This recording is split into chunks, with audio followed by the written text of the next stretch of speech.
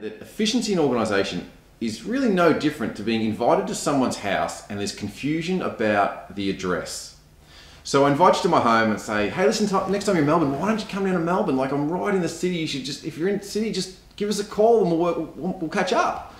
So next time you're in the city, you're in Melbourne and you give me a call, like, oh, Mark, I'm right here. Where are you? I'm like, oh, I'm in Port Melbourne. You're like, oh, and you just caught a cab into the city, presuming that's where I am.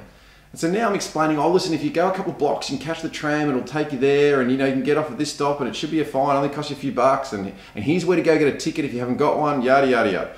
So then you get off the tram and it's taken an extra hour of messing around, and then you call again, oh, Mark, I'm off the tram, where are you? I'm like, oh, just come in. And you're like, I don't know which house it is.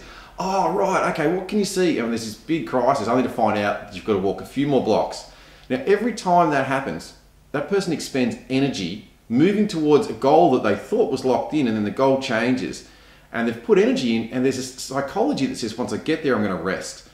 So what happens is they get there, and then they find out there's more to do, and it breaks their spirit. And then it breaks their spirit, till eventually they just give up. Now, if I'm really driven to go to that person's house, I will put up with that stuff. But if I'm not really that keen on being a guest at that person's home anyway, I tend to just sort of slacken off and end up going, oh, look, it's not really worth it. I can't really fit into this time window I've got, and we'll find a way to not deliver or to not attend. Now, in an organisation, the exact same things happen, but on a larger scale. The first issue is most organisations don't really have clarity about what they're moving towards and what they're hoping from their staff. Management can often, especially a creative manager or leader, can get quite passionate about the new directions or new projects, especially very senior people can get all excited.